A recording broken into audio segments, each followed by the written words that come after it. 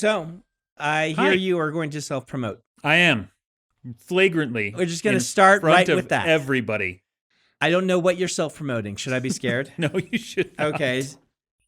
So I do the game night getaways, Okay. right? Mhm. You remember those? Yes. The next two that I am doing, I'm actually doing in conjunction with Dungeon Master Direct, which is the company that I work with when I do professional Okay. game mastering.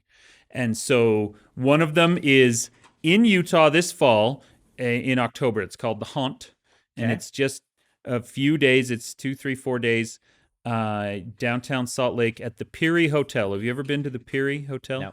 It's little. It's like right next to the across the street from the Hilton. Okay. It's a little baby hotel. It's very old and it is haunted as crap. So we thought that was a great place. Is crap often haunted? I mean, yes, because it Okay. is composed of dead things. Okay. The other one, we're doing a gaming cruise Okay. next year in March. Mm. And it's going to be just the standard little kind of out of Houston over to Mexico and back that Writing Excuses does all the time. Except this time, we're not going to like write anything. We're just going to play games the whole time. So if you, dear listener, are a fan of blowing off everything and playing games for a week, then you need to come to one of these getaways. You can look at my website, thedanwells.com, or you can look up dungeonmasterdirect.com, and there you go. That's my self-promotion for Well the done. year. For the year. For huh? the I'm just bad at it. I know I've done it in a few months ago. And I am signing Stormlight 5. Yay. Tipping pages. 15,000 of these that I need to sign. 15,000. 15,000. Yeah, and I noticed that these are single pages, not signatures. Yep. So when you see these stacks, anyone watching the video, know that there's far more represented in this pile than is typical. Yep. Usually there'd be like 4 sheets per thing. And these are kind of stuck together, so you might be getting some ASMR. I don't know if that picks up, very Dan, the audio man. Gentle ripping. Yeah, when they did the slice, because they cut these out of, they cut those corners off because they start as 16. Then it sometimes presses the pages together. Ah, well. So, I have a bad story idea. We have not done a bad story idea in a long time. Yeah. I was thinking the other day, we haven't done a bad story idea in a while. And then I realized I'm feeling a little under the weather. I've had just a head cold. So I slept in and didn't get a lot done. Like, was it Monday or Tuesday? I think it was Tuesday. I think it was just 2 days ago. Now, our listeners need to understand you typically sleep until 12, 1 o'clock, right? Yeah, so I got up to like 4. Yeah, sleeping in is afternoon. Yep. And so, but I was kind of awake for part of that. And I had started telling myself a story when I went to sleep. And that story got infused with dream energy as I was coming in and out. Emily always says she envies my dream because I tend to dream in narrative. Okay. Usually the dreams aren't even good enough to be bad story ideas, right? Like you wake up and whatever. But this time I was dozing in and out. So I was adding editorial commentary to pull the dream into a structure. And so it's half dream, half bad story idea. And the idea was an entire book basically based around that episode of Star Trek where Moriarty comes to life. Okay. So that was a good episode. It's a very good episode. So imagine the far future, right? Peace reigns. It's a science fiction world. But in this world of peace, they don't have television shows, books, or movies anymore for whatever reason. Right? It's like stories don't exist. Okay. But there's these artifacts of our day. Where, you know, like little DVDs of things, and a machine can kind of bring them to life, right? So it's basically Ready Player One type stuff, right? Like the protagonist accidentally let out, it started as Darth Vader, and then as I faded into consciousness, I'm like, no, can't be anything IP. Can't be. And so it became Dracula. Okay. In the dream, it started as Darth Vader, and then Brandon editorial said Dracula's been let go, and he's real. He's been incarnated, and they have to go to like this young woman who's like an archivist who keeps all of these things, who has like these binders full of DVDs of like of old media that they can use to bring to life to fight Dracula and things like that. Like. So basically, at one point, this must have been when Brandon saying no IP was not in charge. There, at one point, they get in a car. They don't know how to drive, so they summon Tom Cruise from Days of Thunder and sit him in the seat, and he drives them. Right? Okay. And so it's like nostalgia, like Ready Player One, except instead you're like using these things for people. You're like, we need somebody to do this. We need the best possible driver. Yes. Tom Cruise from Days of Thunder. So we summon, and there's like then Brandon's conscious fades and says, put some limits on that. They're like, all right, we can only have them for a few minutes, and then it like burns out or something like that. So we've got 3 minutes with Tom Cruise driving us. What do we do? After that. So you're like, yeah. And I love so this. It was solving. When I told my wife I likened it to Mickey Mouse Clubhouse. You've seen this? Yeah, where At it's the like, beginning, we Mickey, have the tools. The tools, except the tools are Luke Skywalker with a lightsaber, Tom Cruise from Days of Thunder, Megatron, right? And it's just like, we've got all these things. We've got to use them to fight Dracula. See, in this science fiction world. That's great. And if we were to actually make this, as you say, we couldn't use like owned IP. So this is just the public domain Avengers.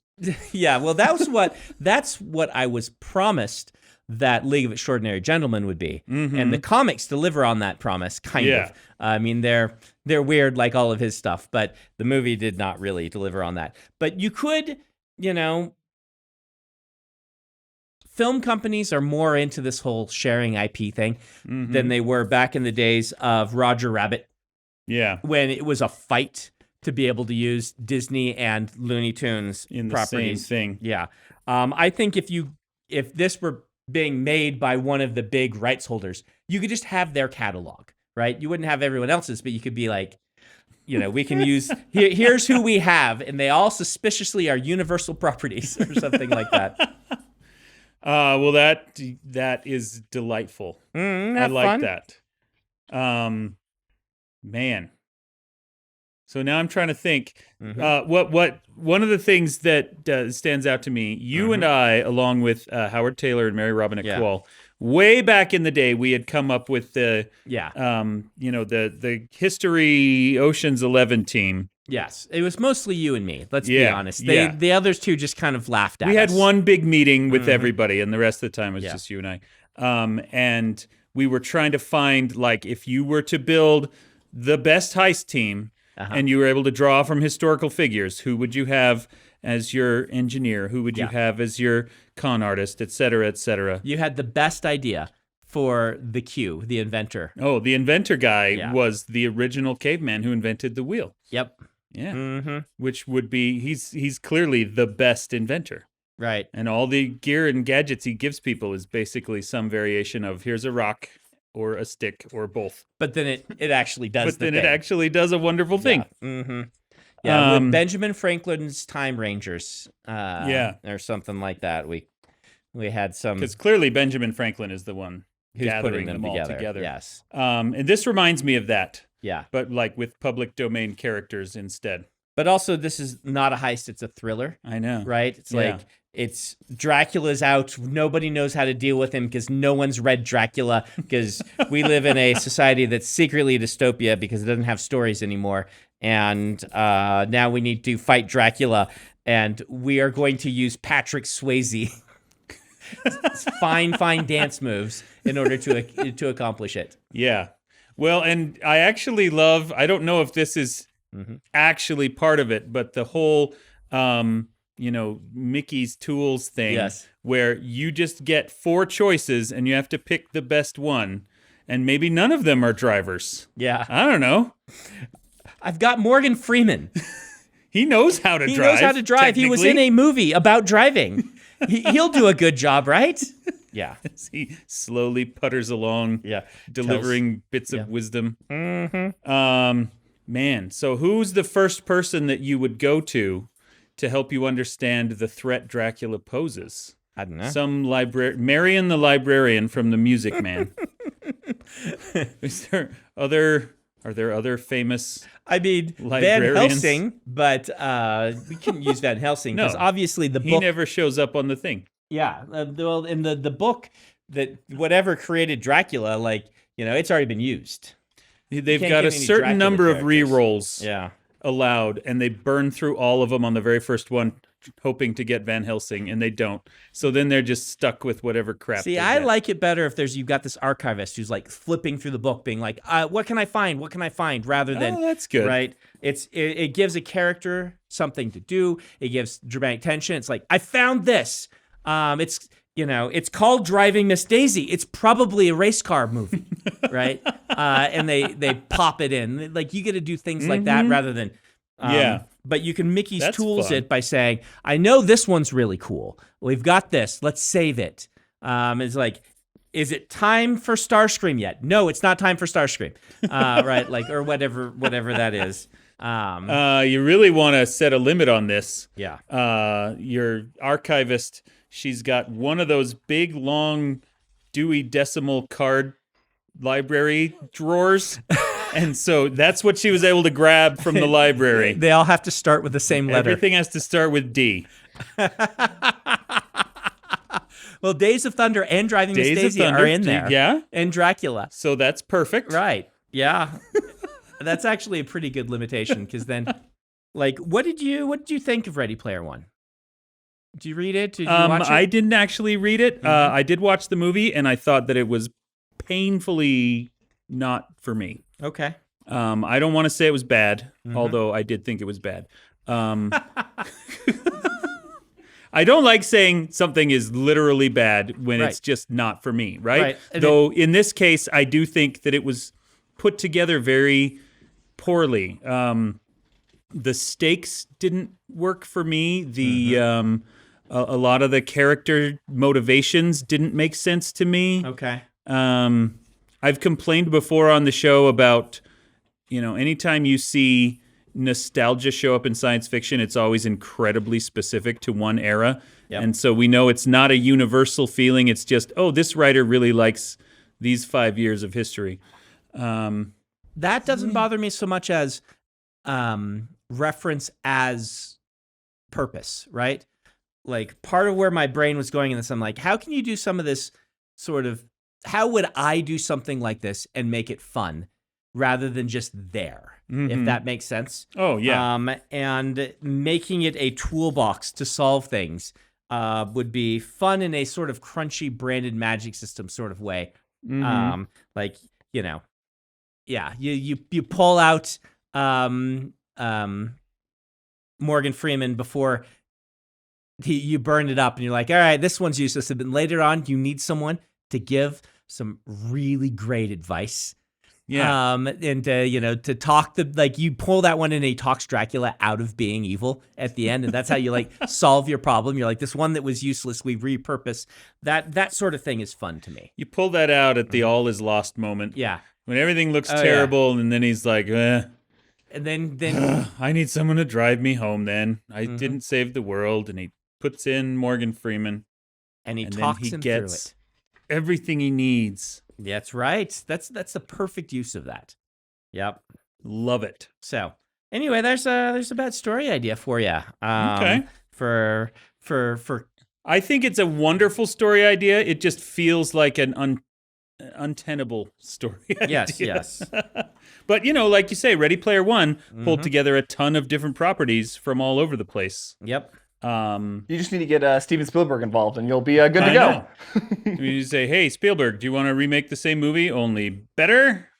And he'll say, "No, that's not what I do." You mentioned, have we talked ghosts before, Dan? I swear we did, didn't we? We have talked, when Ben came on the show, there were touches of how, Dan has brought ghost hunters into his book signings we did and stuff, mention but that. no true ghosts. Do you believe in ghosts? Yes. Yes. Okay. talk me through your belief in ghosts. Like, what do you believe in? Well, I mean, first of all, religiously, I believe that we do not end when we die, Okay. and that there are spirits, and that they occasionally communicate with people. Okay. Right? Scriptures are full of that.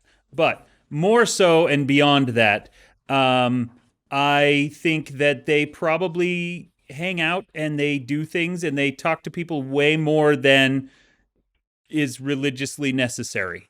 Okay. So do you believe in spooky ghosts haunting a place that want to scare people? I do actually. Okay. Yeah.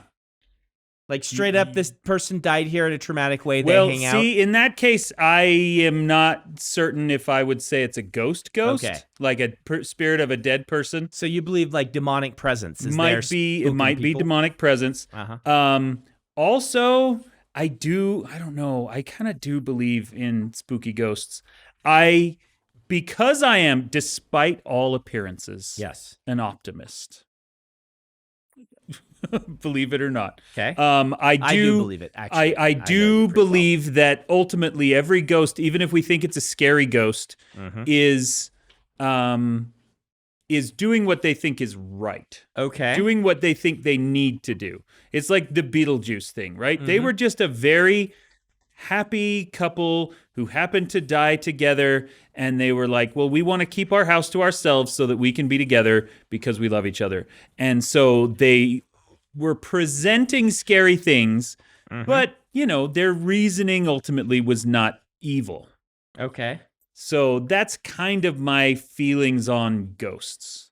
Like all the what do you call them? The EMTs, the EVPs, the EVPs. and all the ghost hunting paraphernalia and stuff, and like recording them and playing them back. Like, you into that stuff? Sometimes. The trouble is that I'm also very skeptical of stuff. I'm very moldery Okay. in general. I want to Okay. believe, but it is so easy to debunk most of this stuff. I desperately want to believe in UFOs and aliens visiting Earth. I desperately want to believe that there are ghosts, that there are cryptids, that there are all these things.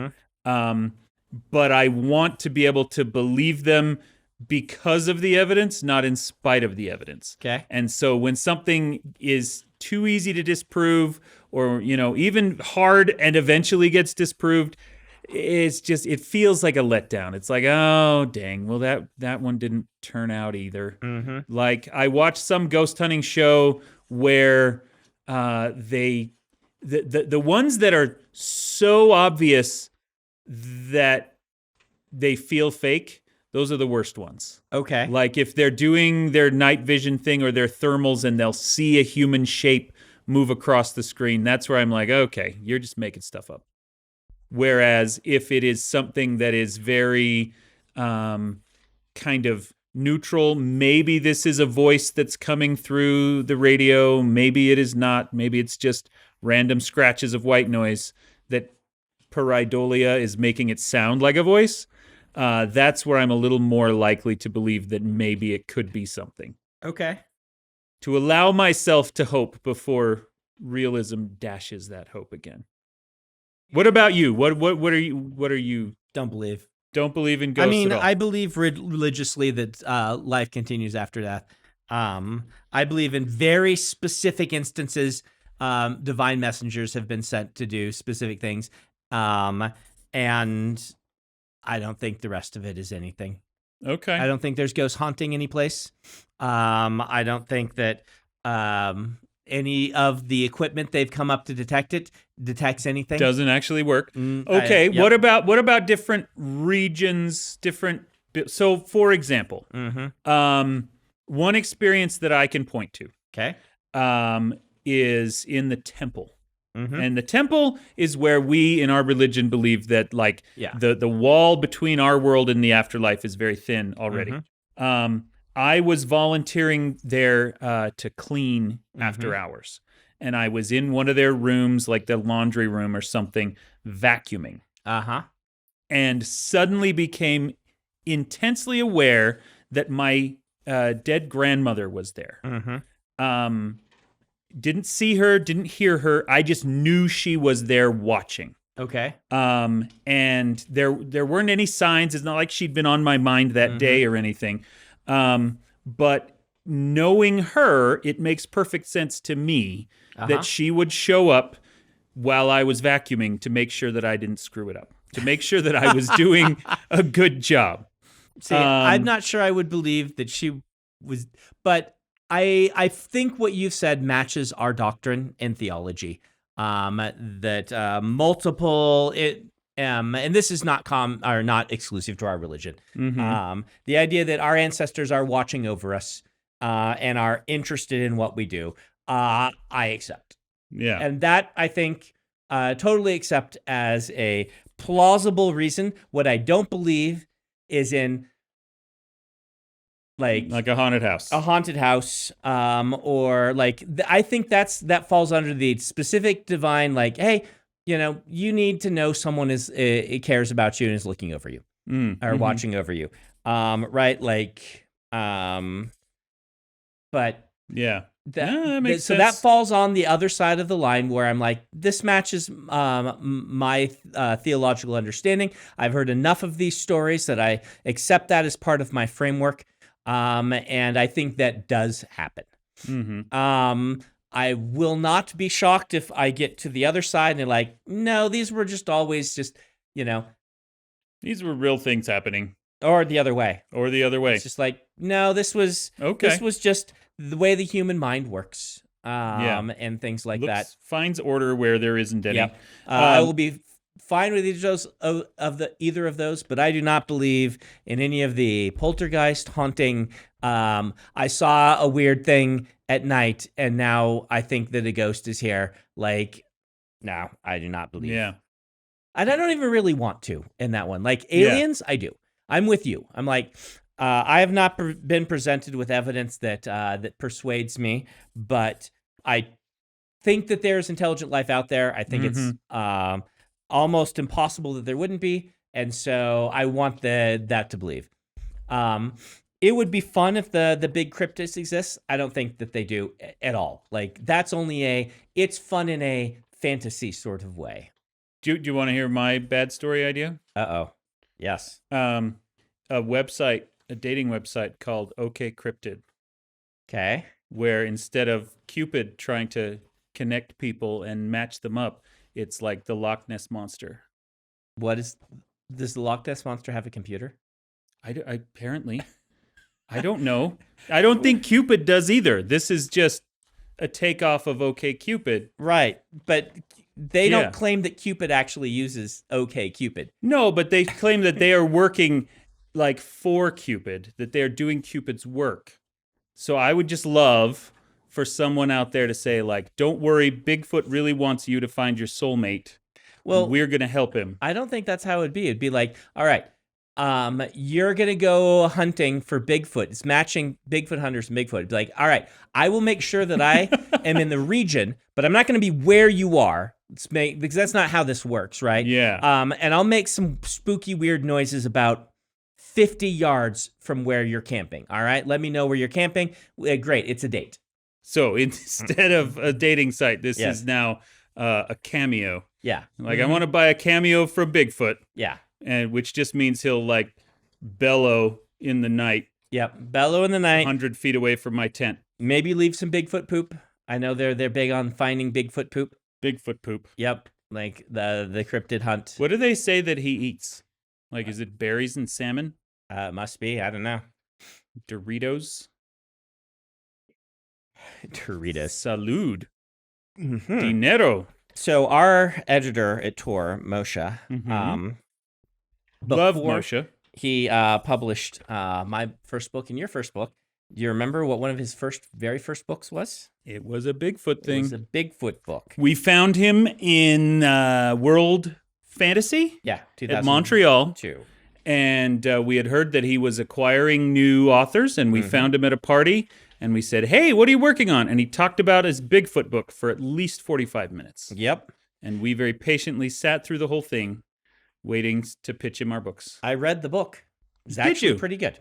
Cool. It's like, it reads like the good TV shows that you talked about with ghost hunting, right? Mm-hmm. Where he is not on the, like, he was a professor, probably retired by now, that wrote it at the University of Idaho. Okay. And so I was interested for the Idaho connection. My family's from Idaho, so Well, and also Idaho, frankly, feels like an authoritative place to be from. yeah, If you're looking for Bigfoot. exactly. So I read it, and the whole book was like, yes, Bigfoot's real. Here's all of our actual scientific evidence. And it was all terrible. But the book was really well written, right? And so you get through this, you're like, if this is the best you can do, Bigfoot doesn't exist, even though his conclusion is obviously he does. But you didn't screw with me, right? You obviously want to believe and are presenting this all in the best light. And you're obviously a good writer, and so you can do that. And at the end, for a little while, I wanted Bigfoot to exist, even though, like I said, Only for a little while? only for a little while. And now you don't anymore? I don't think I want Bigfoot to exist. I don't think that maybe, like, Listeners, you all have to clap your hands right now so that Bigfoot can be healthy. Because every time someone says they don't want him to exist, a Bigfoot dies. I mean, would the world be a better place if there were this small breeding population of a great ape in the Appalachians or in Cascadia that is slowly dying off, and there's like 3 of them left? Yes. It would be? It would be, because the world needs mystery in it. The world needs a sense of unknowable wonder. Okay. It's a good argument. You know what I got for Father's Day? What'd you get for Father's Day? I got a T-shirt from a truck stop that says, Idaho, gone squatchin'.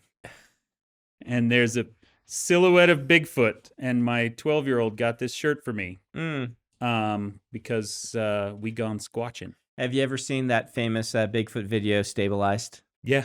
It's just a dude walking it totally through a forest. destroys the whole video. If it's not shaking, that's part of the problem with all of these, right? Everyone who's listening is like, yeah.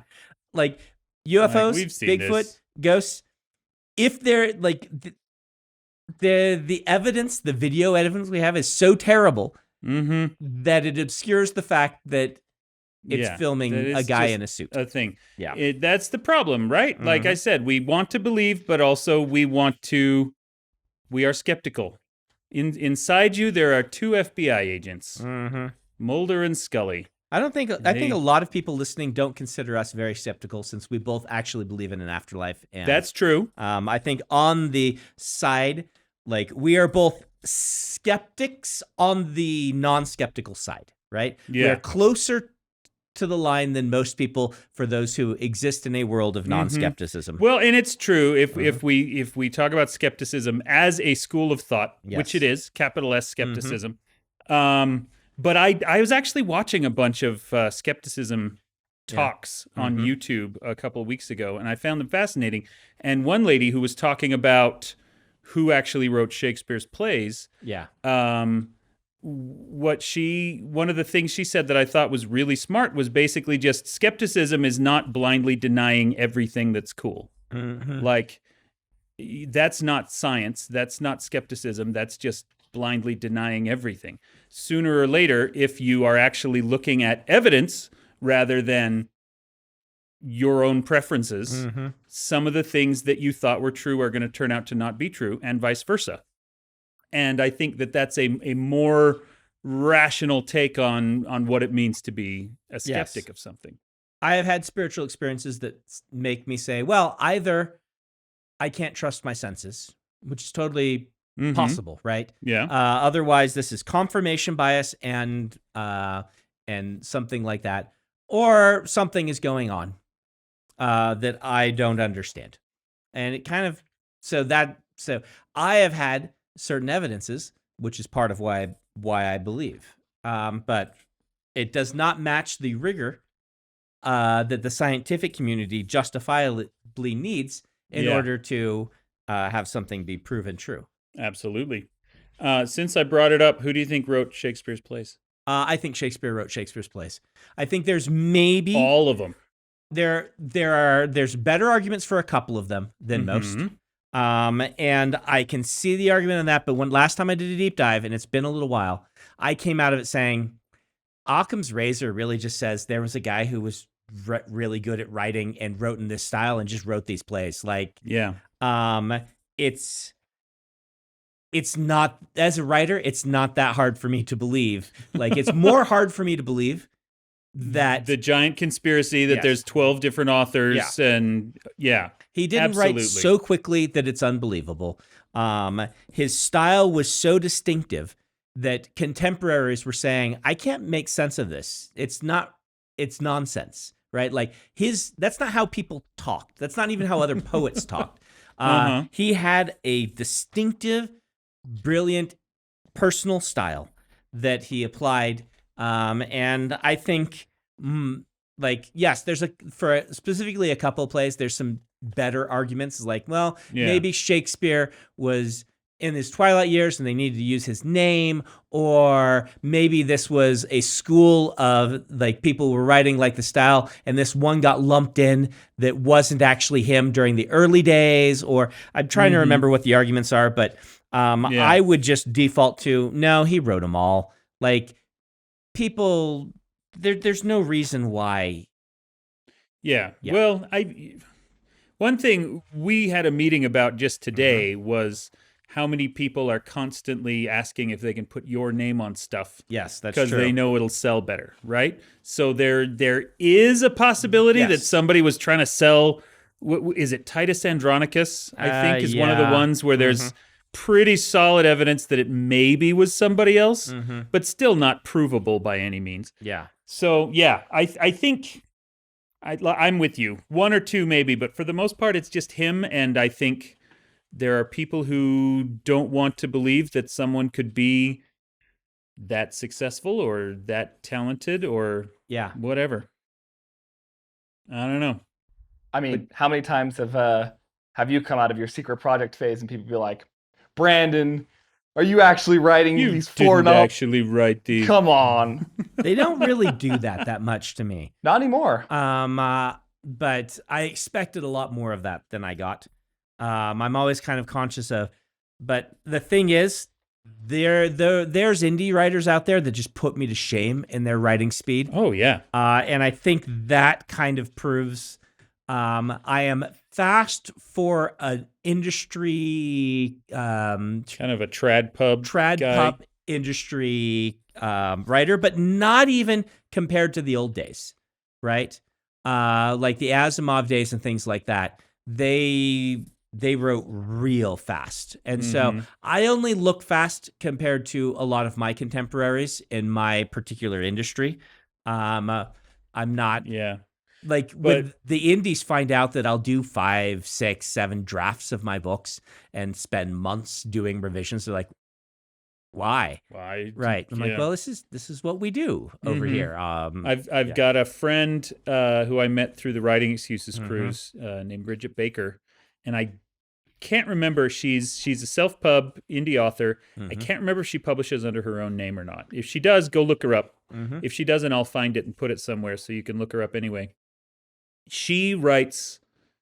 She puts us all to shame. Yeah, she writes far more than words per day, words per year, whatever than even you do. And it's astonishing what some of these indie authors are able to produce, and very good too. So. Anyway, you know who else is very good? Ben. Ben.